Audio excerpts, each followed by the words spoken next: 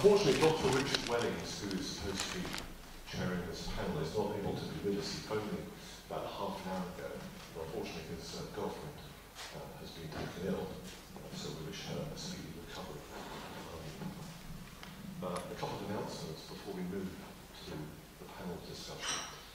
One, the dinner this evening is in this building, but it is simply in the dining room which overlooks the river. If you come out of this door here, and you simply walk straight ahead down that corridor, it is through the double hall. Okay? Secondly, this is very important, the clocks go back to 1 hour. That means you can drink a lot this evening, and you can have an extra hour in bed. What good news that is. And of course, the start tomorrow morning is at 9:30. So there we are. Can I ask the panelists to come up and join us, please?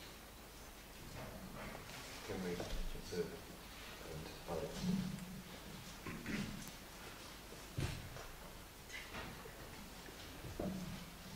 Right. Now, to kick things off, I'm actually going to abuse my position now. And I've got a quick question for Alex. Because Alex is a lawyer. He was David Cameron's first chief of staff. I know him well. I know he's a very good free marketeer. He's on the side of danger when it comes to civil liberties. But I'd like to know, I mean, you talked about the civil service and bureaucracy and the growth of government. But you also know the Prime Minister quite well. And I don't mean to put you on the spot. But, yeah, and yet, however, what do you make of him and his views in the context of what you said this afternoon? Is there any hope? Because I want to join the side of the optimists. And I just wonder if you could open by commenting on that. Thank you. I worked with David Cameron in 2005, so you of course have experienced a great deal of development in thinking since then. But whilst we got on perfectly well, we haven't kept in tremendously close touch, as you get from what I just said. My thinking diverges from it in a few points.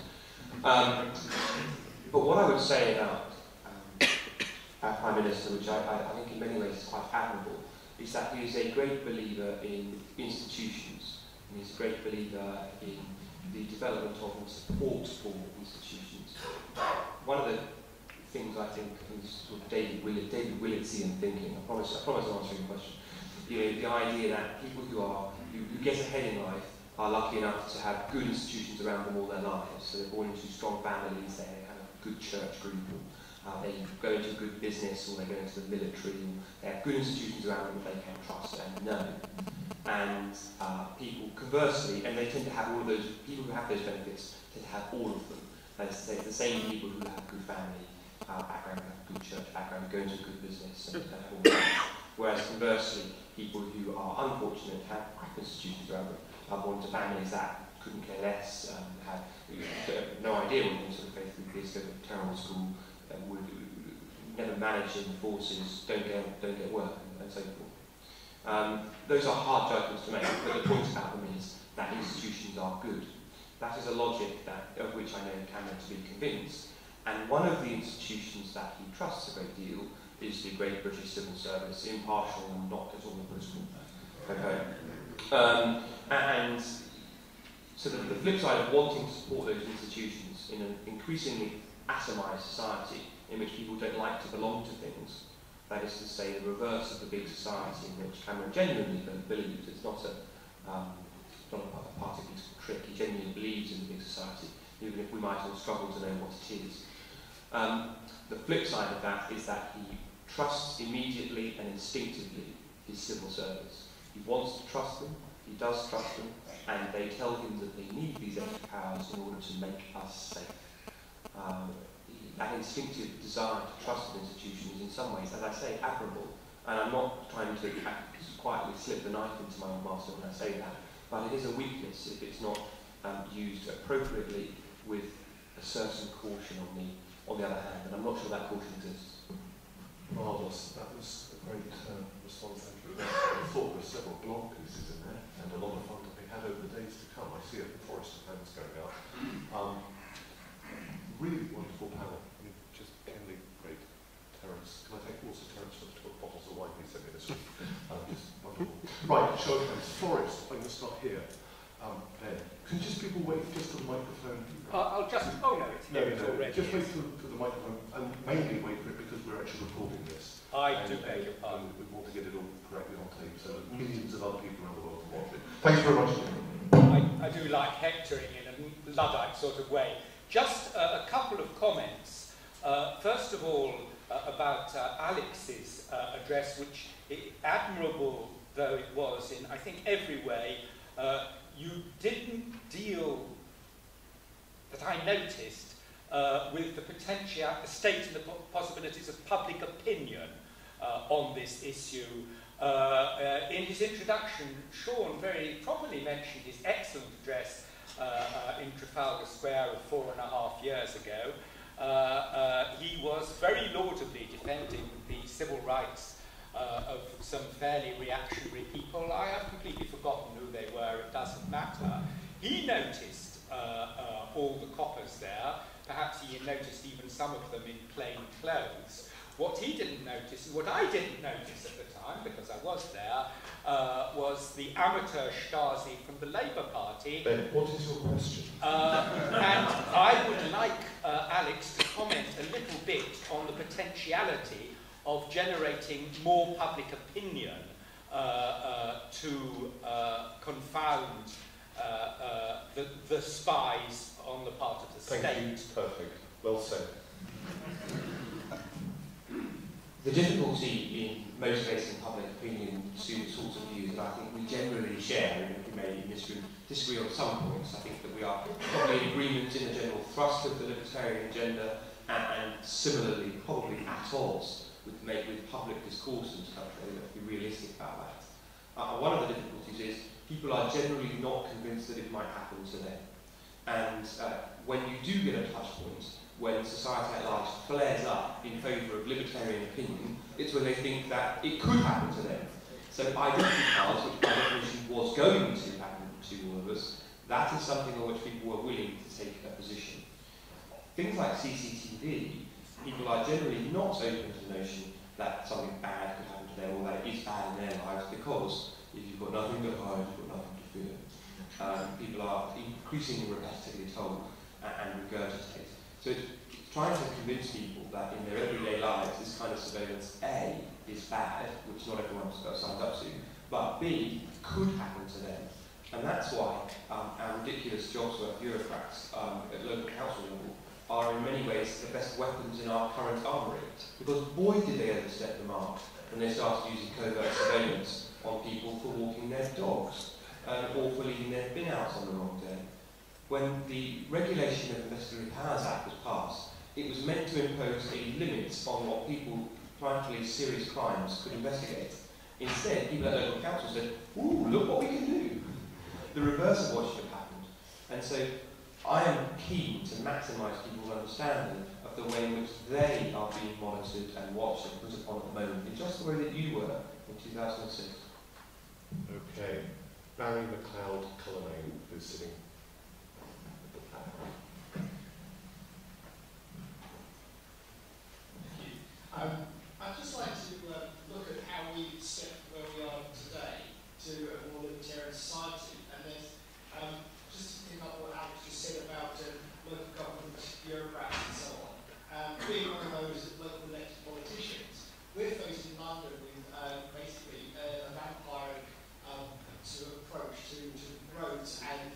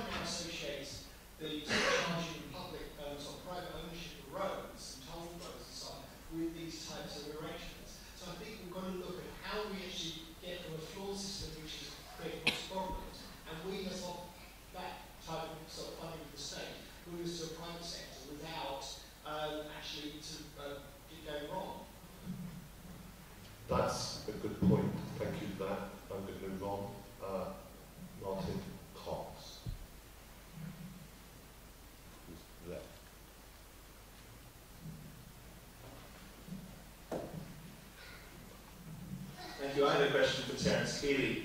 I read Dr. Kealey's book, Sex, Science, Profits. Unfortunately, I was disappointed not to find one of those things there as much as I thought of the advertising. It said very little indeed about profits. I was impressed by the arguments in that book, and I was impressed by your appeal to econometric arguments from the OECD study that you just alluded to earlier. But can you help us to understand what might be going on in the minds of entrepreneurs when they decide to invest less in science, or what's sometimes called pure science, when they observe an expansion of government budgets? Is there something beyond just observing the correlation? Can we see what motivates an entrepreneur to pull back? Good question. Actually, it's a very good question. And it's caused me a lot of anxiety trying to work out what the mechanism is. And I've been thinking about this for some years, so it is a very good question. I think it's the way it's done in particular. Because governments suppose science to be a public good, the way they fund it is through schemes designed to increase collaboration between companies and the government. What they try to do is forge collaborative schemes of up to 20 different companies all sharing the same information. And since we know that the greatest incentive to do research is fear of what your competition is doing, what government is doing is removing competition at the level of research. And therefore every company heaves a sigh of relief. Thank God the government's doing our research for us. Our competitors aren't doing anything that we're not doing. We therefore don't have to spend so much money. I think. Philip, just Thank you. This is to Kenli and to Alex, I think, mainly. You mentioned New Zealand, also Canada, as examples where economic crisis reduces fiscal and financial repression. What sort of crisis do we require to reduce repression or to an expansion in liberty and a reduction in surveillance? Okay, well, I mean, people keep talking about this current, or the past economic recession as being a crisis, and I think actually that's sufficient and just looking at the possibility, the impending crisis is almost as much of a threat as it actually happening. So I think that now is the perfect time. There's nothing else that we need to wait for. Yes, the conditions are set. Well, you ask one question, you get two very different answers. I think there almost couldn't be a worse time. Because I think that now we are seeing a demonstration of the great British tradition of arse covering in public life. And that bureaucrats, and I include people like headmasters in this, bureaucrats would rather be, take the headmaster example, I would rather be the headmaster who didn't have a supply teacher or two and had to have a couple of classes with 50 odd students in them and say to parents and other people in the staff room, it's because of the government cuts. I'd rather be that one on the side of my colleagues than be the headmaster who cancelled the CCTV in the school toilets, which, by the way, is present in more than 10% of all schools now. Because, heaven forbid, something went wrong, I'd be the guy who gets the blame. So there is almost no economic crisis too severe in which you would stop this culture of surveillance, because the last thing you give up on is the thing that covers my behind from blame. That's the last, I'll get rid of the science department before I get rid of the CCTV in my school. So if we're going to have a crisis, it would have to be a crisis of an altogether different kind. And that can happen in these kinds of environments, but it has to be, to link into the question earlier, it has to be about a majority dissatisfaction with what's happening. In the schools example I've chosen, I think we're getting there because schools are starting to use facial recognition technology instead of registers. And that upsets a significant corpus of parents. Right. Dr. Jan Lester.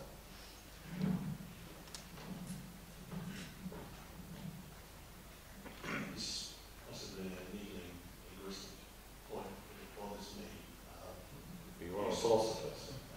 It's the use of the word publicly as though it's a neutral term. I don't think it is a neutral term. I think you should always insist on saying something like state-funded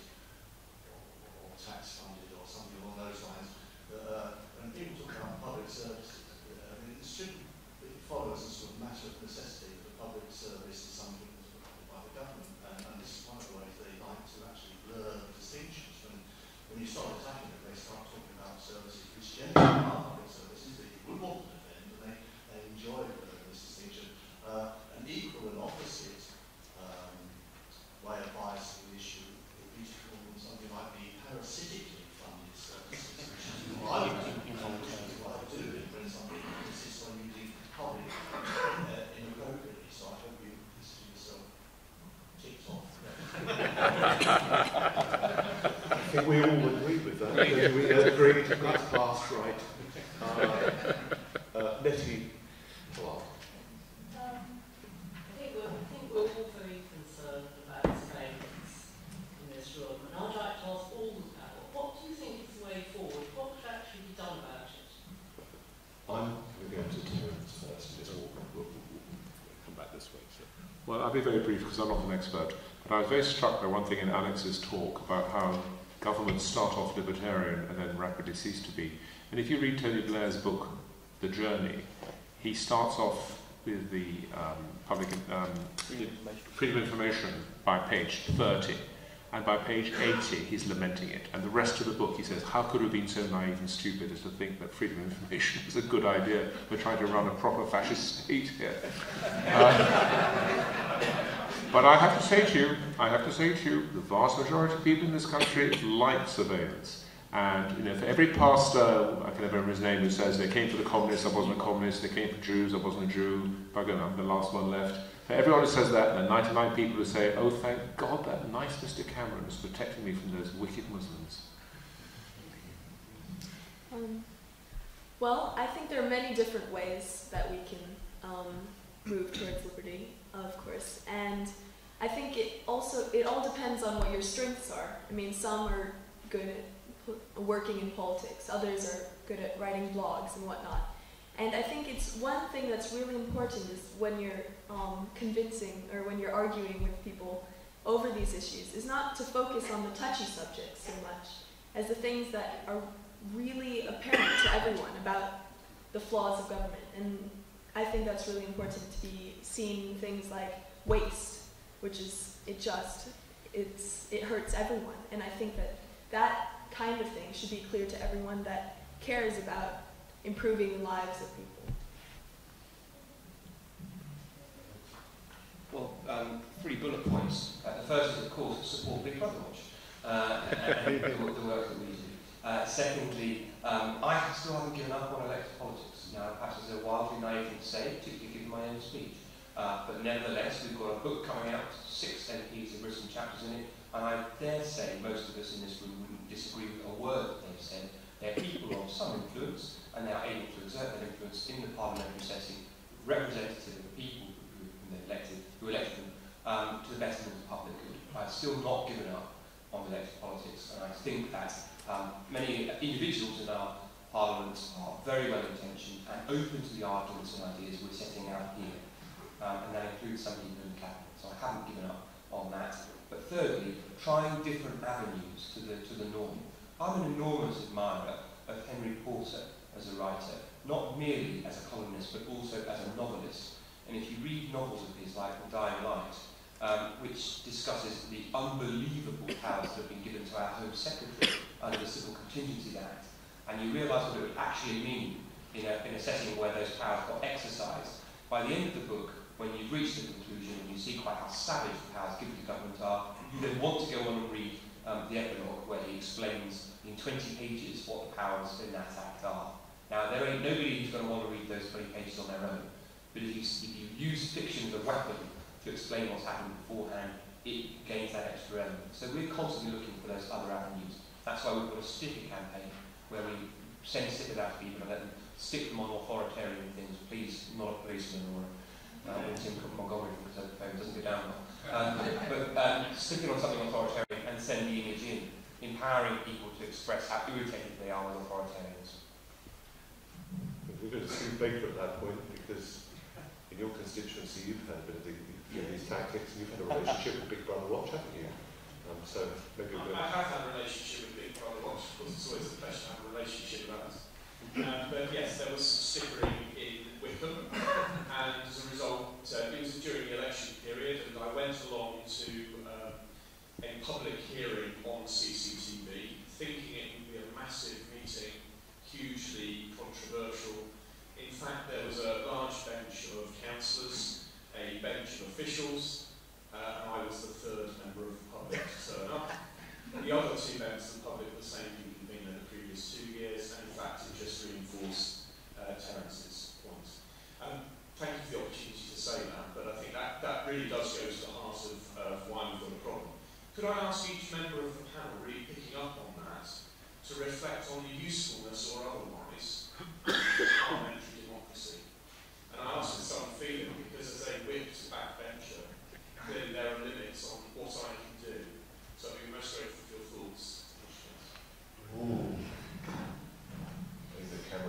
stuff.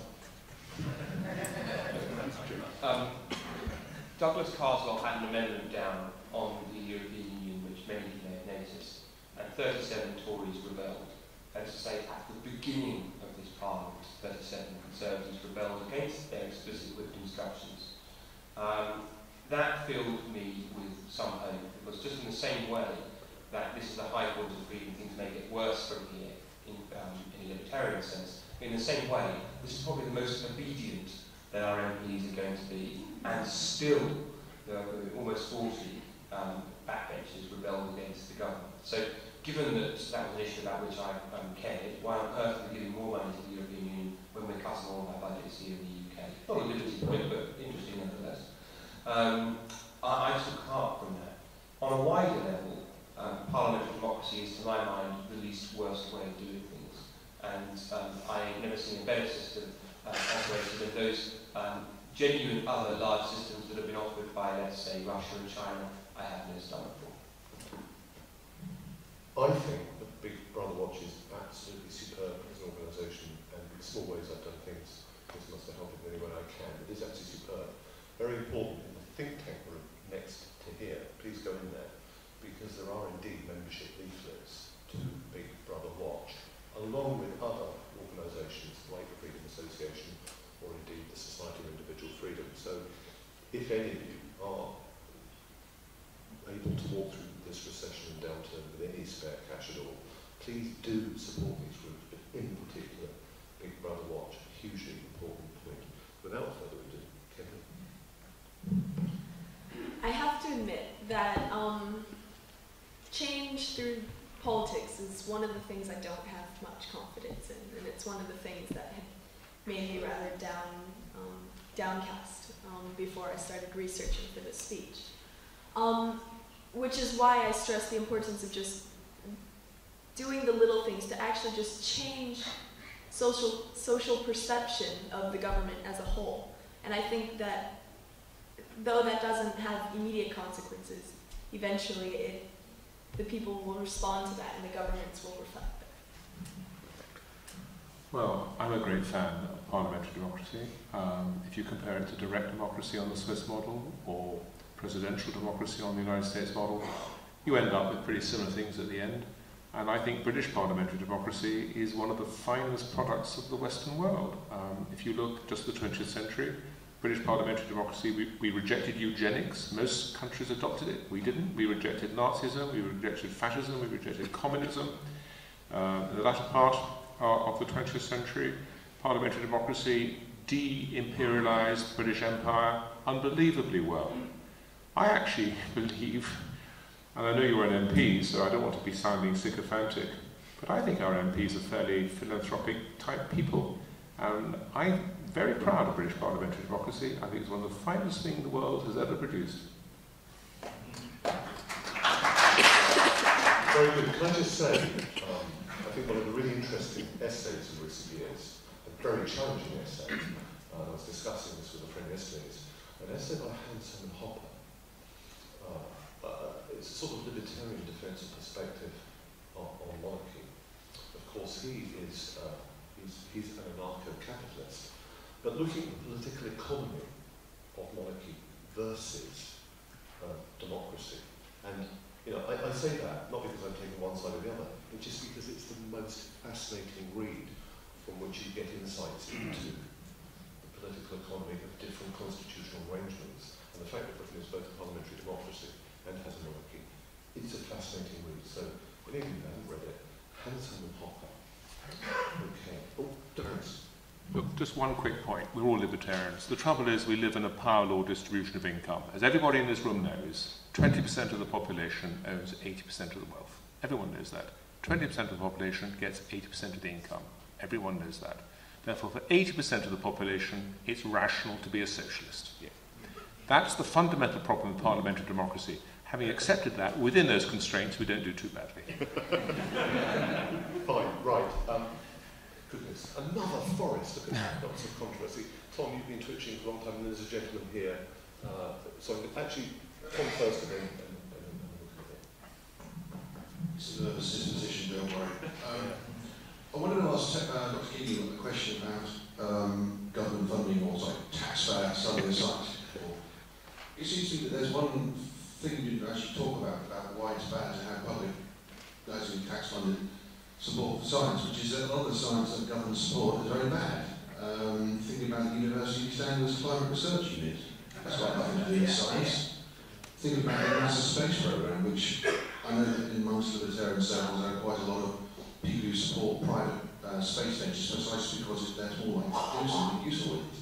The moon landings were fantastically impressive, no question about that. But there is an argument that there was a huge crowding out of non-state space development. And so it seems to me one of the problems with public funding, tax funding of science is not just that it crowds out other things, but a lot of what is funded by this taxpayer is terrible. I'm actually going to go to Alex first. I think the only thing worse than funding bad science in our country is funding other people's. We give £800 million every year to India, and they have a £1 billion space program. And that's a budget that was ring-fenced whilst we were cutting many other aspects of our own. Useful figure to hang on to. You're absolutely right, and actually there are studies that show that independently funded science has higher impact factors and all the rest of it. The trouble is so much government coercive government, whatever the word we're allowed to use in this room, it's actually corporate welfare. There was a terrible scandal a few years ago when the Royal Society was exposed for colluding with government to promote genetically modified research, because actually that's what Monsanto and the other companies wanted the government to help subsidise. And I don't mind GM foods, but the point is it's not the role of government to do corporate welfare. Very good. Gentleman here. So I have a question directed mainly to Terrence, but there was one of the most interesting parts of your talk was this point about the cost of duplication compared to innovation. Once you stated it, it seemed obvious that if you're going to duplicate, you need to have a team to do duplication, and you need to have a team qualified enough to identify what's worth duplicating. If it's true, though, that duplication is just as costly as innovation, I just wondered whether you had anything, or any points to contribute on the debate about patenting and copyrights and intellectual property in science, which is a hot topic in libertarianism. That will divide the room nicely. This is the one area where many libertarians, in my opinion, go wrong. For me, intellectual property is theft. Patents are a monopoly that states provide, and all they are designed to do, patents, is to protect the monopolistic position of a company, to stop others researching to defeat them. In my own book, I have a chapter called Let's Abolish Patents, but there's a lot of good stuff out there. The reason that libertarians have a problem with this is that we are obsessed as a group with property rights, and we find it hard as a group to distinguish between material property rights and intellectual property rights. But I'll just say one thing, and I regret to sound technical just for 30 seconds, but material property rights, which are the basis of a healthy society, are excludable and rivalrous. If you own a piece of land, you own a piece of land. But an idea is non-excludable, non-rivalrous, and if you try to monopolize it, you're damaging society. All the evidence is that the best thing is for completely free market in ideas, and what happens is that companies spend more and more money to constantly overtake each other. And the only thing that stops companies spending more and more money on R&D to overtake each other, which is a good thing, by the way, is patents, which stops that process. The only exception is pharmaceuticals for reasons that are very legitimate, but too complicated for here. I would have thought, I don't know, I would have thought the majority of people, forget putting the pharmaceutical issues aside, would tend to agree with Terrence. I mean, probably is a preponderance of pretty statutory IP crowd in this room, if I could that. But who knows? Right. Let me see the forest get a bit of altitude here. Right. I think Chris Mounsey. You should be known as the deer leader, I think. Too kind, not much on this. A general question. I think anyone who reads Devil's Kitchen or Devil's Lifestyle these days, or certainly speaker recently, is I'm a big fan of friendly societies. People getting together voluntarily to provide those services that governments now seem to monopolise. I was wondering if the panel had any thoughts about how we might try and stimulate that idea, because in my view, we've had this whole talk about an atomised society. Cameron and I talked about it for a long friendly society, people ask me to try and help out. For me, that's because the state is becoming local parameters. The state has taken over all these sharing things, and the reason that people don't actually help out anymore is because they go, well, I'm paying my taxes, why the hell should I have to do anything? So I just wondered if the panel thought, A, that friendly society, which I believe should provide unemployment insurance and primary health care and all these other great things, and a sense of community, were a good thing, and if they do think it's a good thing, how we might try and encourage voluntary collectivism like that again. Right, I'm actually going to go to Kenli first to respond to that. Well, I too am a big fan of friendly societies, and I would love to see them be more prominent in today's world, but it is true that with state provision in these areas, it just crowds out any private provision. And it makes me really sad that most of my friends and people that I talk to actually don't really know anything about them and don't even see the possibility that this can be done privately. So I mean, I haven't found a solution yet, so hopefully we will. Yes, he who controls the past controls the future. We've lost too much over the history and the world before, particularly the 1911 National Insurance Act. Alex? I completely agree, Chris, on the merits of friendly societies. You ask an admirably specific part B, which is what can we do? Let me give you a specific answer. James Bartholomew's book, The Welfare State Movement, is one of the most powerful critiques of the nonsense that we've been rescued by the welfare state, I think, is in existence. It's still in hardback, it's not in paperback, it's not available cheaply, and I don't think it's really much available in general circulation. We, as individuals and organisations that support this sort of government, should try very hard to get that, or bits of it, the most approachable bits of it, republished. It is thoughtful, it is academic, it is convincing, compelling stuff, and it's languishing somewhere in hardback copies. We ought to try and republish it and make it available online somewhere. Yeah, I know, the book is superb. It'd be great to have the text actually and divide up the chapters and make various LA pamphlets and put it on the web free and charge as PDF.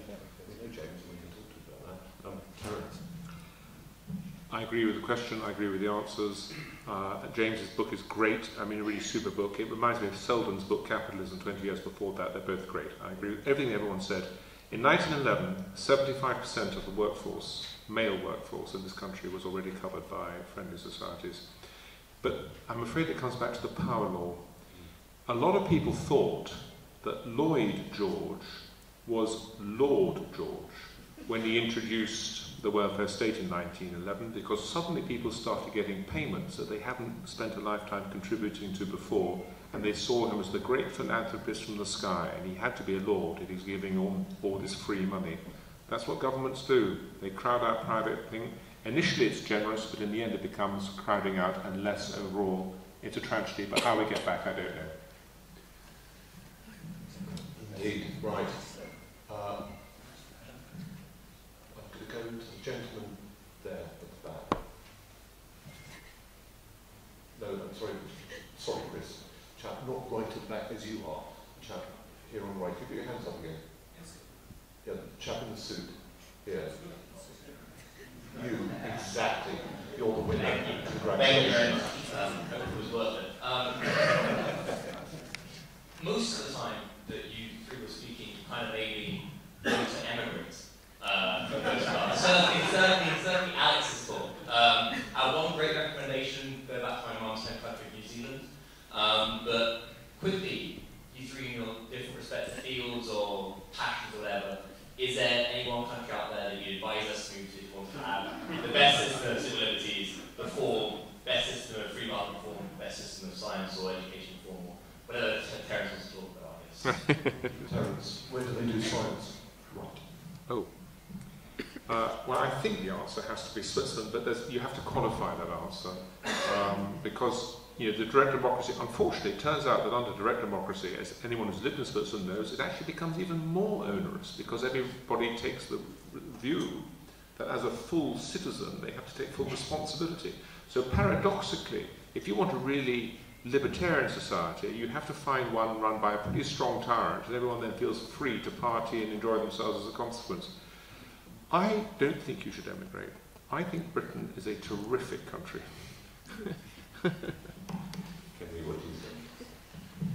Well, I would love to recommend New Zealand, but unfortunately, I think things have turned around a little bit, which is unfortunate, but as Terrence has mentioned, it's sort of rational that people tend to turn back to the same socialist ideas. In Europe, I guess my closest suggestion would be Estonia, which has some of the lowest flat taxes, lowest rates of flat tax in the world, I guess. And in Asia, probably Hong Kong, which is a familiar name, though they are also turning a little bit with the recent imposition of the minimum wage, I think. So. Alex, where would your lifeboat be heading? Well, depressingly enough, this is not the first time I've been asked this after I've spoken in public. The last time I saw Christian, I was speaking at his 20 meeting, and I was asked exactly the same question. I was rightly pulled up when my instinctive answer is Switzerland, because it depends on the canton you go to. Some are immensely authoritarian and pretty high tax as well. But I accept that I may have to speak German and live on a mountain in order to find the figure that we're after. That's the price I'm willing to pay. But ultimately, though, I agree with Terrence that even if we are less free here than we would like to be, it's not, the juice isn't worth the squeeze. There is nowhere that is sufficiently better than the UK, but it's worth upping sticks and going. This is still worth fighting for. Yeah. Right, now time is moving on, and I've got a lot of people here.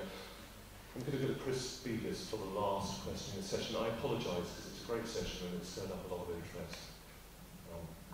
So I apologise we can't get it on. Chris.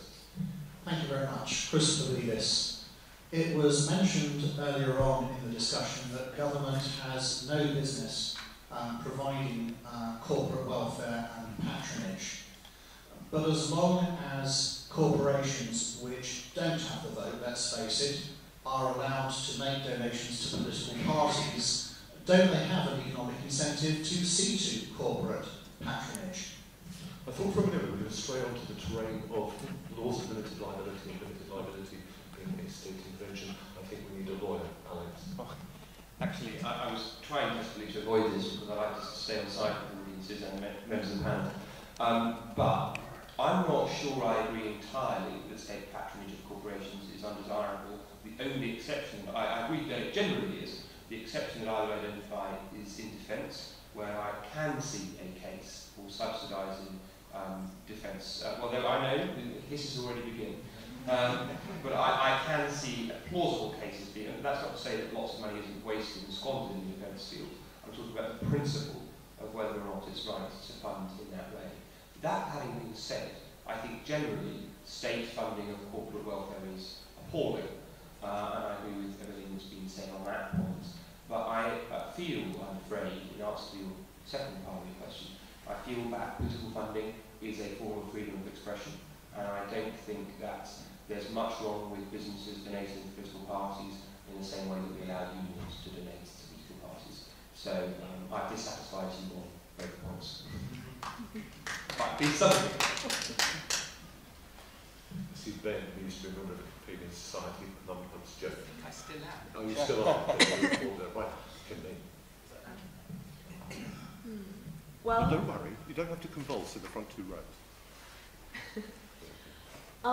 Well, as I mentioned in my speech, this is one way in which we can sort of take advantage of the fact that socialist views are the most popular, or the biggest share of views in the mainstream, because it goes, I mean, corporate welfare is something that goes so strongly against what they believe, that I think that if more of these examples are brought to light, that, I mean, it should cause outroar. I mean, it is something that is, it's horribly wasteful and horribly corrupt in so many ways, and I think that there will be a great amount of support for it if there's more attention brought to it. I think it's a very good question, and I've changed my mind. I used to believe, like Alex, in freedom to buy politicians, but I think now we shouldn't. There's a brilliant book which every libertarian should read, in my opinion. In fact, it's the best political biography I've ever read. It's Robert Caro's biography of Lyndon Johnson. Only 2,000 pages have come out yet. The 4th volume is yet to be published. But this book, for anyone who's interested in politics, is unputdownable. And everybody I know who's interested in politics, who's read it, a lot of MPs have read it, have confirmed that it's the best political biography they've ever read. And it describes in excruciating detail how Lyndon Johnson and the company that became, it was called Brown and Root, it's now called Halliburton, and how Lyndon Johnson and Halliburton together, for decade after decade, suborned the democratic process in America to get Lyndon Johnson in power year after year. I'm afraid that we all know that there is no such thing as a perfect system of governance. We all know that. But I think buying influence absolutely suborns the democratic principle. It really should be one person, one vote. And I really believe that either trade unions or pressure groups or corporations are buying influence and suborning democracy. And I'm afraid, and I really am a libertarian, but this is one area where I believe it should be illegal. They should be properly funded out of the public sector, perhaps by judges, and no one should be allowed to lobby politicians with money. Right. On that, I'd like Terrence to read the work of Kevin Castle. I'd also like him to read, and Alex as well, Bruce L. Benson's work on the enterprise of law. I see comrades from the LAPD nodding at that juncture. Putting all of that together and bringing this session to a close, can I thank Terrence Kealey. And it's for a wonderful, wonderful session. Thank you so much.